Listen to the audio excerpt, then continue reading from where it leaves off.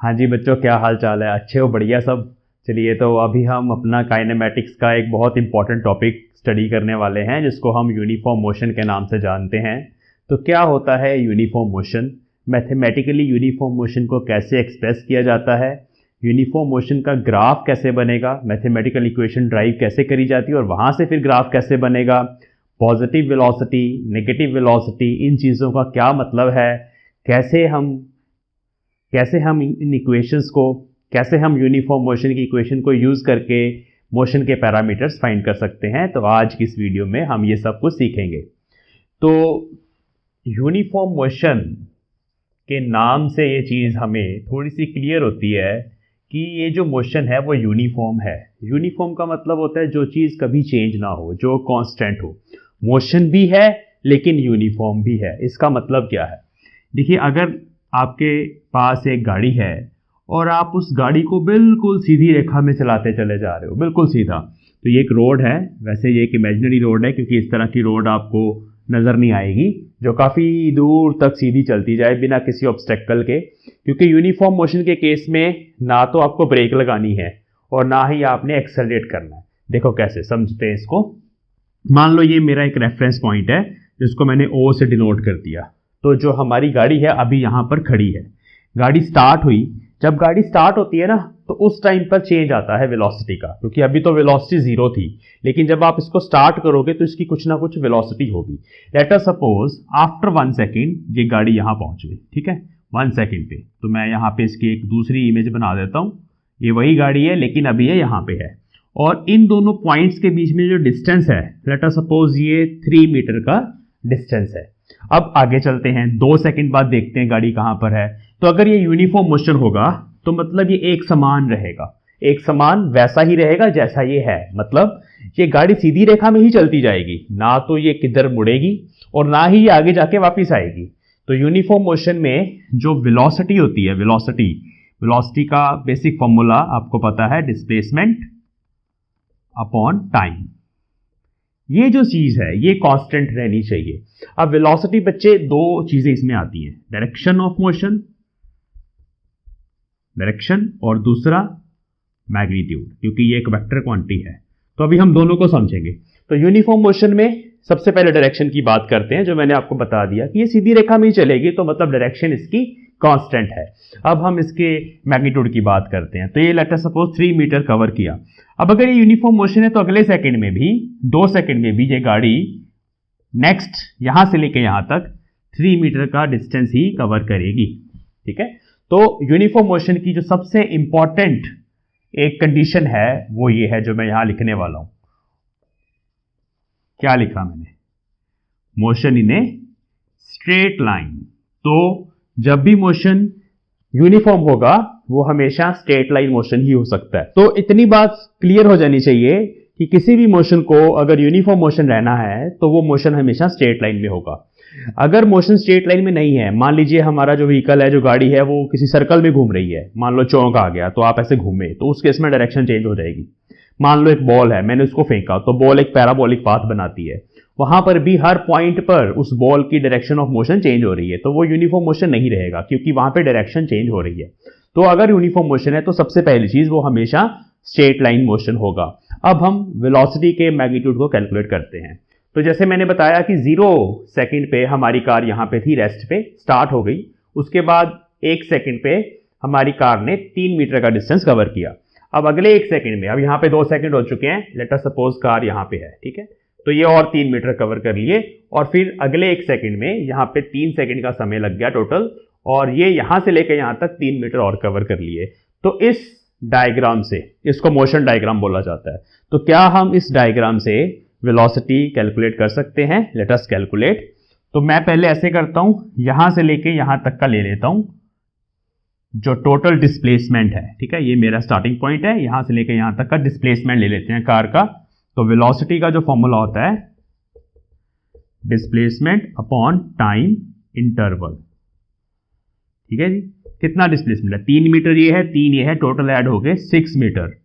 और time interval यहां से लेके यहां तक कितना लगा? Total 2 seconds. ये 1 सेकेंड यहां तक था और अगला 1 सेकेंड यहां तक था, टोटल 2 सेकेंड लगा। तो 2 सेकेंड्स डिवाइड कर देंगे तो आंसर आ गया 3 मीटर पर सेकेंड। तो ये वेलोसिटी का मैग्नीट्यूड निकला अगर मैंने इन दो इंस्टेंसेस की बात करी है तो। लेट अस सपोज हम टोटल डिस्टेंस शुरू से लेके एंड तक लेते हैं, मतलब ये 0 वाला पॉइंट है, ब्लू कलर में देखिए यहां तक का टोटल। तो ये देखिए 3 metre plus 3 metre plus 3 metre 9 metre. फिर से वेलोसिटी कैलकुलेट करते हैं, तो टोटल डिस्प्लेसमेंट इज 9 मीटर। अब टाइम कितना लगा, टोटल टाइम यहां से लेके इस पॉइंट से लेके इस पॉइंट तक जाने में टोटल 3 सेकेंड्स का टाइम लगा, तो 3 सेकेंड। फिर से अगर इसको कैलकुलेट करेंगे तो 3 मीटर पर सेकेंड। और ये तो मैंने काफी बड़े बड़े टाइम इंटरवल लिए हैं 1 सेकेंड के।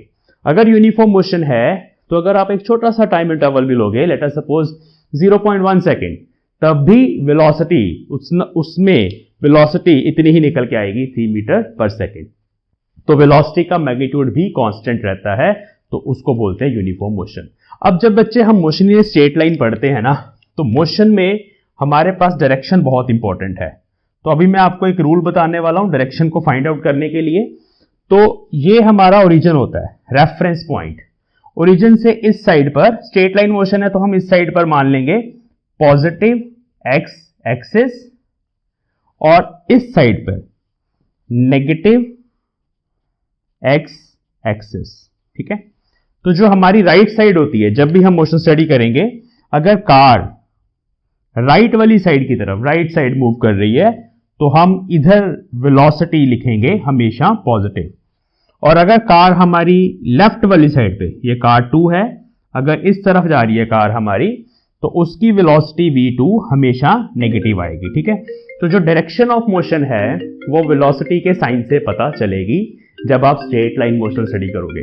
अभी आने वाले चैप्टर में हम मोशन इन प्लेन भी स्टडी करेंगे, सर्कुलर मोशन भी स्टडी करेंगे, प्रोजेक्टाइल भी स्टडी करेंगे। तब वेलोसिटी को एक वेक्टर से रिप्रेजेंट किया जाता है। तो पहले हम वेक्टर पढ़ते हैं, फिर उसके बाद हम वेलोसिटी को वेक्टर फॉर्म में लिखना सीखते हैं। लेकिन स्ट्रेट लाइन मोशन को स्टडी करने के लिए आपको वेक्टर्स की जरूरत नहीं है, आपको बस प्लस और माइनस चाहिए। प्लस का मतलब पॉजिटिव डायरेक्शन में जा रहा है व्हीकल, माइनस का मतलब नेगेटिव वेलोसिटी है, तो मतलब नेगेटिव डायरेक्शन में जा रहा है।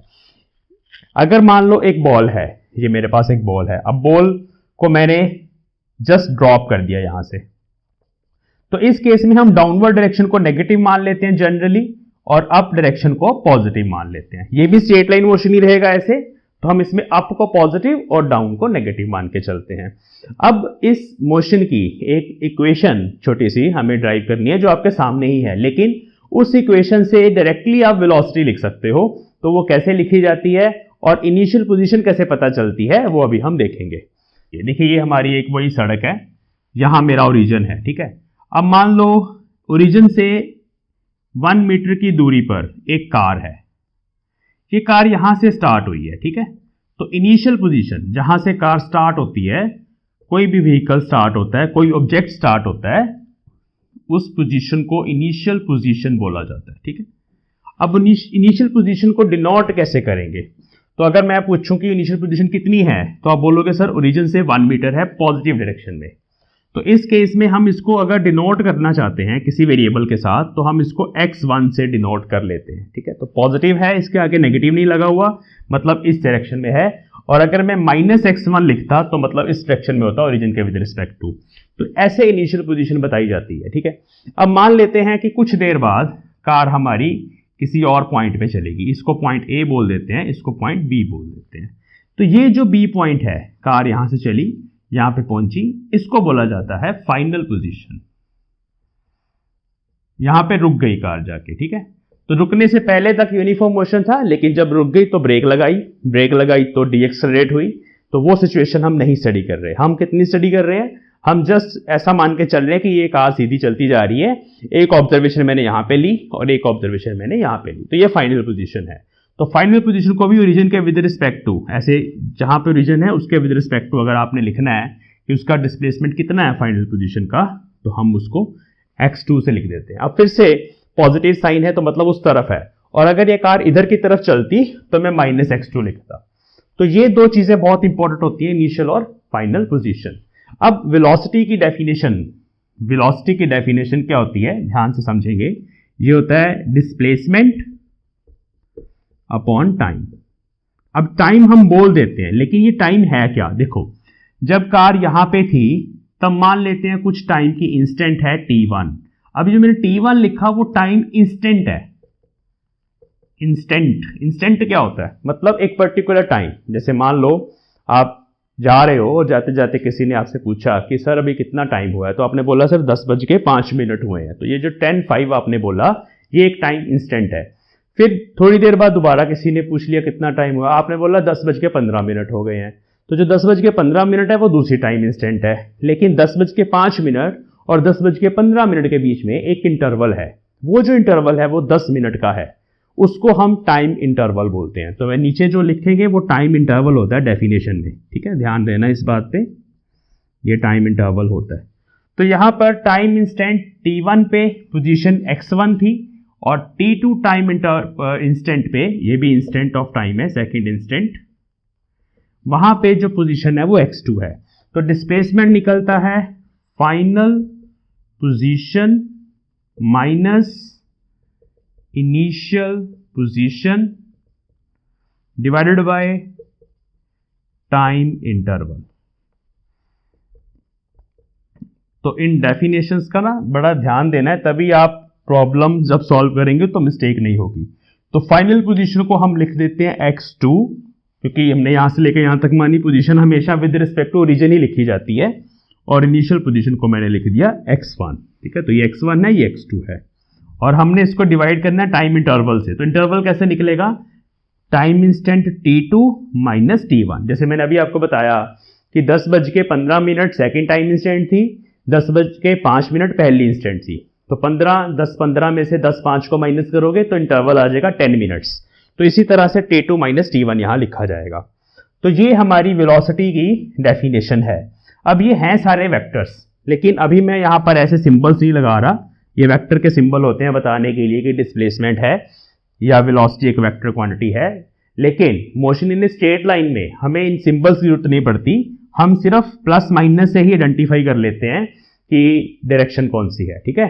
तो चलिए ये चीजें आगे क्लियर हो जाएंगी। अब ये हमारे पास एक इक्वेशन आ गई है, ठीक है। अब इस इक्वेशन को थोड़ा सिंप्लीफाई करते हैं। तो ये v T2 माइनस T1 इस तरफ आ गया और x2 माइनस x1 इधर आ गया। x2 लिख लेते हैं, वो बन जाएगा v T2 माइनस T1 को मैं t पुट कर रहा हूं प्लस x1, ठीक है। तो ये x1 उधर चला गया। तो यहां पे जो टाइम इंटरवल है, टाइम इंटरवल t, उसको T2 माइनस T1 को माइनस करके जो आया वो टाइम इंटरवल t है। तो ये एक इक्वेशन आई है मेरे पास, ठीक है, ये एक इक्वेशन आई है जो जस्ट वेलोसिटी की डेफिनेशन से आई है। तो यूनिफॉर्म मोशन की ये इक्वेशन होती है। जब भी हम यूनिफॉर्म मोशन को स्टडी करते हैं हमारे पास एक ही मैथमेटिकल रिलेशन है, इसके अलावा और कोई रिलेशन नहीं है। x2 is equal to vt plus x1। अब इस इक्वेशन को डायग्राम के साथ कंपेयर करना है और एक एक टर्म को फिर से समझना है कि हर टर्म का क्या मतलब है। देखो ध्यान से, देखो x2 हमारी फाइनल पोजीशन थी, यहां से लेकर यहां तक कार कहां पहुंची, हमारी फाइनल पोजीशन थी x2। तो जब भी आपको फाइनल पोजीशन निकालनी है किसी भी ऑब्जेक्ट की, तो आप क्या लिखोगे, वेलोसिटी, वेलोसिटी v से डिनोट कर रहे हैं, t हमारा T2 माइनस T1, इसके बीच में जो टाइम इंटरवल है इन दोनों इंस्टेंट्स के बीच में वो t है, तो वो t यहां पे आ गया, प्लस x1 ये था डिस्टेंस, तो जो इनिशियल पोजीशन थी जहां से ऑब्जेक्ट स्टार्ट हुआ, तो ये हमारी इनिशियल पोजीशन है, ठीक है जी। तो जो मैथमेटिकल इक्वेशन होती है यूनिफॉर्म मोशन की, वो इसी तरह की होती है, हमेशा यही वाली फॉर्म बनेगी। सिंपल सी इक्वेशन है। ध्यान देने वाली बात है कि इसमें टाइम रेज टू पावर 1, तो टाइम की पावर यूनिटी होती है, टाइम का स्क्वायर नहीं आएगा। यूनिफॉर्म मोशन की इक्वेशन में कभी भी टाइम का स्क्वायर, टाइम का क्यूब या कोसाइन या साइन टी, कॉस टी ऐसे फंक्शन नहीं होंगे। यूनिफॉर्म मोशन में हमेशा टाइम की पावर कितनी होती है, 1। उसको मैं हाईलाइट कर रहा हूं, जो चीजें आपको ध्यान में रखनी है हमेशा। आगे जाके हम यूनिफॉर्मली एक्सेलरेटेड मोशन को पढ़ेंगे, जब एक ball under the gravity move करती है तो वो एक्सेलरेट होती है, उसकी इक्वेशन से क्या क्या निकल सकता है वो हम अगली वीडियोस में देखेंगे। अभी के लिए जो यूनिफॉर्म मोशन है टी की पावर हमेशा 1 होती है, ठीक है। तो ये बात का ध्यान रखना है। दूसरी बात, फॉर्म हमेशा ऐसी बनेगी। अब अगर मैं आपको बोलूं कि भाई एक कार है, ठीक है, उसकी इक्वेशन ये है फाइनल पोजीशन निकालने के लिए, x is equal to 2t plus 4 metre. तो ये मैंने देखिए अब उसी तरह की इक्वेशन बनाई है। तो आप क्या इन दोनों इक्वेशंस को कंपेयर करके मुझे कार की वेलोसिटी बता सकते हैं? बताइए। ठीक है, देखिए v की जगह t का जो कोफिशिएंट है वो वेलोसिटी है, यहाँ t का कोफिशिएंट 2 है, तो मतलब इस कार की वेलोसिटी 2 मीटर पर सेकेंड है। तो मैंने सीधा कंपैरिजन से वेलोसिटी लिख दी, तो इतनी ही निकल के आएगी। हम मैं प्लॉट करके भी दिखाऊंगा आपको इक्वेशंस को। तो इसमें हमारी वेलोसिटी 2 मीटर पर सेकेंड है। अच्छा, ये 4 क्या है? 4 किसकी जगह आ रहा है? x1 की जगह, तो ये हमारा 4 है। तो जो हमारी इनिशियल पोजीशन है कार की, इनिशियल पोजीशन वो कितनी है? 4 मीटर फ्रॉम ओरिजिन। अब ये पॉजिटिव है ना, तो इसका मतलब है कि अगर मैं इसका एक मोशन डायग्राम बनाऊं ओरिजिन से, तो कार हमारी जिस पॉइंट से स्टार्ट हुई है, मान लो ये हमारा स्टार्टिंग पॉइंट है, यहाँ पे कार है, उसकी दूरी ओरिजिन से 4 मीटर है, और पॉजिटिव है तो मतलब इस तरफ है। तो कार यहाँ से स्टार्ट हुई है, मुझे इक्वेशन देख के पता चल जाएगा कि इसमें कार यहाँ से स्टार्ट हुई है। टी की पावर देख के मुझे पता चल जाएगा कि ये यूनिफॉर्म मोशन है, और टी का कोफिशिएंट देख के मुझे पता चल जाएगा कि इसकी वेलोसिटी 2 मीटर पर सेकेंड है। मतलब अगर यहाँ से स्टार्ट हुई है 0 सेकेंड पे, तो 1 सेकेंड पे कहाँ होगी बताओ? 1 सेकेंड पे हो जाएगी यहाँ से 2 मीटर की दूरी पे, ये 1 सेकेंड है। और फिर अगले 1 सेकेंड में, मतलब टोटल 2 सेकेंड्स में, ये कार जहाँ पर पहुँचेगी उसका डिस्टेंस यहाँ से 2 मीटर होगा, और ओरिजिन से कितना हो जाएगा? 4 मीटर। क्योंकि इसकी जो वेलोसिटी है वो 2 मीटर पर सेकेंड है, वो हर सेकेंड में 2 मीटर आगे जा रही है। तो ऐसे समझना है चीज़ों को, ठीक है। तो ये हमारे यूनिफॉर्म मोशन की एक एग्जांपल है। अब मैं डिफरेंट तरह के यूनिफॉर्म मोशंस आपको बता रहा हूँ। एक और इक्वेशन लिखते हैं, उसको समझते हैं। देखिए, अगर हम ले लें x is equal to -2t -3 metre, अब ये इक्वेशन है, ठीक है। अब फिर से अगर मैं आपको पूछूं वेलोसिटी कितनी है जी, तो आप बोलोगे सर -2 मीटर पर सेकेंड है। Minus is important. नेगेटिव का मतलब मैंने बताया कि ये कार हमारी नेगेटिव डायरेक्शन लेफ्ट साइड की तरफ चल रही है। इनिशियल पोजीशन क्या है कार की? x1 कितना है? -3 मीटर। मतलब अगर मैं एक डायग्राम से बताना चाहूँ, तो अगर यहाँ पे ओरिजिन है, तो यहाँ से कहीं पर नेगेटिव साइड से, इधर नेगेटिव साइड होगी, तो -3 मीटर से कार स्टार्ट हुई है, इस तरफ चल रही है, क्योंकि वेलोसिटी भी नेगेटिव है। अगर वेलोसिटी पॉजिटिव होती तो उधर चलती, लेकिन वेलोसिटी नेगेटिव है तो इस तरफ चल रही है, और 2 मीटर पर सेकेंड से चल रही है। तो इस तरह से आप सिंपली इक्वेशन को देख के ही बता सकते हैं कि आपका व्हीकल किस डायरेक्शन में चल रहा है। अब नेक्स्ट वीडियो के अंदर हम यूनिफॉर्म मोशन से रिलेटेड इसी इक्वेशन से मैं स्टार्ट करूंगा। यही इक्वेशन लिखेंगे हम। इस रिलेशन को ड्राइव करना तो चलो क्या है, वेलोसिटी की सिर्फ डेफिनेशन है, लेकिन इस रिलेशन से ही हम पोजीशन टाइम ग्राफ्स को ड्रॉ करेंगे, और वहां से क्या क्या मोशन के पैरामीटर्स निकलते हैं, पोजीशन टाइम ग्राफ भी देखेंगे और वेलोसिटी टाइम ग्राफ भी देखेंगे, आने वाली वीडियो में देखेंगे। तो चलिए मिलते हैं नेक्स्ट वीडियो में। Thanks for the watching.